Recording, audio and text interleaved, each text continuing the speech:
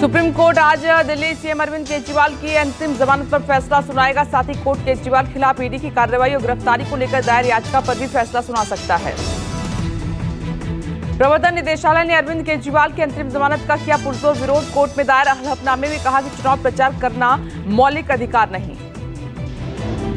दिल्ली शराब नीति मामले में ईडी आज दाखिल करेगी supplementary charge sheet. Delhi CM Arvind Kejriwal और बीआरएस नेता के कविता के खिलाफ चार्जशीट। सूत्रों के मुताबिक ईडी ने सीएम केजरीवाल को बताया है घोटाले का किंगपिन। बीआरएस नेता के कविता को 15 मई और दिल्ली सीएम अरविंद केजरीवाल की 21 मार्च को हुई थी गिरफ्तारी। पीएम एमएलए कोर्ट मामले में ईडी को गिरफ्तारी के 60 दिन के अंदर चार्जशीट दाखिल करने की होती है जरूरत। दिल्ली शराब नीति मामले में गिरफ्तार बीआरएस नेता के कविता की जमानत याचिका पर दिल्ली हाई कोर्ट में सुनवाई। 6 मई को ट्रायल कोर्ट ने कविता की बेल पिटीशन खारिज कर दी थी। बीजेपी सांसद ब्रजभूषण शरण सिंह के खिलाफ यौन शोषण मामले में आरोप तय करने पर आज सुनवाई। दिल्ली की रावसबंदी कोर्ट में महिला पहलवानों के साथ कथित यौन शोषण मामले में डब्ल्यूएफआई के पूर्व अध्यक्ष के खिलाफ आरोप तय किए जाने पर सुनाया जाएगा फैसला। मध्य प्रदेश के बैतूल लोकसभा सीट के 4 बूथों पर आज पुनर्मतदान। 7 मई को तीसरे चरण की वोटिंग के बाद ईवीएम और वीवीपैट ले जा रही वैन में आग लग गई थी। बिहार के खगड़िया लोकसभा के 2 मतदान केंद्रों पर भी आज पुनर्मतदान। 7 मई को हुए चुनाव के दौरान इन 2 बूथों पर असामाजिक तत्वों ने ईवीएम में तोड़फोड़ की थी। गुजरात के दाहोद लोकसभा सीट के एक बूथ पर 11 मई को दोबारा वोटिंग। संतरामपुर विधानसभा क्षेत्र के बूथ संख्या 220 पर होगा पुनर्मतदान। 7 मई को तीसरे चरण के तहत यह बूथ कैप्चरिंग की हुई थी कोशिश। यूपी के कन्नौज में कांग्रेस नेता राहुल गांधी और सपा अध्यक्ष अखिलेश यादव की साझा रैली। दोपहर 12:15 बजे कन्नौज के इंटर कॉलेज में दोनों नेताओं की होगी संयुक्त सभा। कांग्रेस नेता राहुल गांधी आज कानपुर और लखनऊ में भी करेंगे चुनाव प्रचार। कानपुर में दोपहर 2 बजे जेआईसी मैदान और चुन्नीगंज में है जनसभा। पीएम मोदी का तूफानी चुनाव प्रचार अभियान जारी। आज प्रधानमंत्री महाराष्ट्र, तेलंगाना और उड़ीसा में करेंगे चुनावी सभा। महाराष्ट्र के नंदुरबार, तेलंगाना के महबूबनगर और हैदराबाद में जनसभा। टाटा ग्रुप की स्वामित्व वाली एयर इंडिया एक्सप्रेस का बड़ा फैसला। कंपनी ने 25 क्रू मेंबर्स की बर्खास्तगी का फैसला वापस लिया। कर्मचारी भी काम पर लौटने को राजी। 2 दिन पहले 300 क्रू मेंबर सामूहिक सिख लीव पर चले गए थे। 28 मई को होगी दूसरी बैठक। उत्तराखंड में आज से शुरू होगी चारधाम यात्रा। चारधाम में बद्रीनाथ, केदारनाथ, गंगोत्री और यमुनोत्री मंदिर शामिल हैं। आज से हर दिन 1500 तीर्थयात्रियों का होगा रजिस्ट्रेशन। अब तक 22 लाख से ज्यादा श्रद्धालुओं ने रजिस्ट्रेशन कराया है।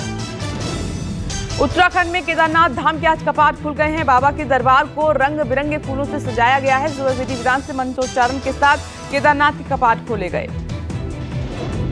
पंजाब के पूर्व सीएम बेअंत सिंह के पोते रवनीत सिंह बिट्टू आज बीजेपी प्रत्याशी के तौर पर लुधियाना लोकसभा सीट से नामांकन दाखिल करेंगे। रवनीत अपने दिवंगत दादा की एम्बेसडर कार में सवार होकर पर्चा दाखिल करने पहुंचेंगे। असम के डिब्रूगढ़ जेल में बंद वारिस पर पंजाब डे का प्रमुख अमृतपाल सिंह ने अस्थायी रिहाई के लिए पंजाब हरियाणा हाई कोर्ट में लगाई अर्जी। और साहिब सीट से निर्दलीय चुनाव लड़ रहा अमृतपाल ने नामांकन के लिए रिहाई मांगी है। महाराष्ट्र के शिवसेना उद्धव गुट के नेता संजय राउत ने फिर से की पीएम मोदी की औरंगजेब से तुलना। कहा कि गुजरात में जन्मे औरंगजेब को हमने महाराष्ट्र में दफन किया था। महाराष्ट्र में यूवीटी नेता प्रियंका चतुर्वेदी के बयान पर भी मचा बवाल। सीएम एकनाथ शिंदे के सांसद बेटे श्रीकांत शिंदे पर विवादित बयान दिया था। शिंदे गुट के संजय निरुपम ने किया पलटवार। आदित्य ठाकरे को भी अपने माथे पर लिखवाना चाहिए, मेरा पिता एक महान गद्दार है। बिहार के पटना साहिब सीट से बीजेपी प्रत्याशी रविशंकर प्रसाद आज दाखिल करेंगे पर्चा। नामांकन से पहले रविशंकर प्रसाद की रैली भी निकलेगी। पटना में पीएम मोदी 12 मई को रोड शो करेंगे। पटना के इतिहास में ऐसा पहली बार होगा कि जब देश का प्रधानमंत्री या रोड शो करेगा। आरजेडी नेता तेजस्वी का पलटवार। कहा कि वो रोड शो करें, हम देश में जॉब शो करेंगे। राहुल गांधी का देश के युवाओं को संदेश बोले, नरेंद्र मोदी के झूठे प्रचार से भटकना मत। 4 जून को बनने जा रही है इंडिया की सरकार। 15 अगस्त तक 30 लाख रिक्त सरकारी पदों पर करेंगे भर्ती। तेलंगाना में चुनावी सभा को संबोधित करते हुए गृह मंत्री अमित शाह का कांग्रेस पर जोरदार हमला। कहा कि चुनाव वोट फॉर जिहाद और वोट फॉर विकास का चुनाव है। कांग्रेस तेलंगाना को शरिया और कानून पर चलाना चाहती है। यूपी के रायबरेली और अमेठी में कांग्रेस महासचिव प्रियंका गांधी का प्रचार अभियान जारी। गुरुवार को एक जनसभा के दौरान अपने पिता स्वर्गीय राजीव गांधी का जिक्र कर हुई भावुक। अमेठी से पारिवारिक रिश्ता, प्रियंका के संबोधन से लोगों के छलके आंसू। रायबरेली में प्रियंका गांधी का चुनाव प्रचार जोर शोर से जारी है। प्रियंका ने कहा कि छत्तीसगढ़ और कर्नाटक में हमने वो जो भी वादे किए उसे पूरा किया। अगर केंद्र में हमारी सरकार बनी तो किसानों का कर्ज माफ और कृषि यंत्रों पर जीएसटी खत्म करेंगे। कांग्रेस महासचिव प्रियंका गांधी ने झारखंडेश्वर मंदिर अवामा में पूजन अर्चन कर देशवासियों की भलाई के लिए कामना की।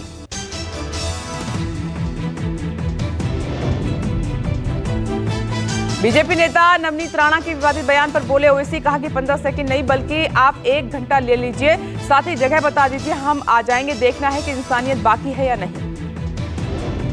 बीजेपी नेता नवनीत राणा ने भड़काऊ बयान देते हुए कहा था कि 15 सेकंड पुलिस हटा लो, पता नहीं लगेगा कि ओवैसी ब्रदर्स कहां गए। एआईएमआईएम ने नवनीत के बयान के खिलाफ चुनाव आयोग में शिकायत दर्ज कराई है। बीएसपी प्रमुख मायावती ने आकाश आनंद को किनारे करने के बाद खुद संभाला चुनाव प्रचार अभियान। गुरुवार को कन्नौज में चुनावी जनसभा को किया संबोधित। मायावती के एक्शन के बाद आया आकाश का रिएक्शन, कहा कि आप पूरे बहुजन समाज के लिए एक आदर्श हैं, आपका आदेश सिर माथे पे।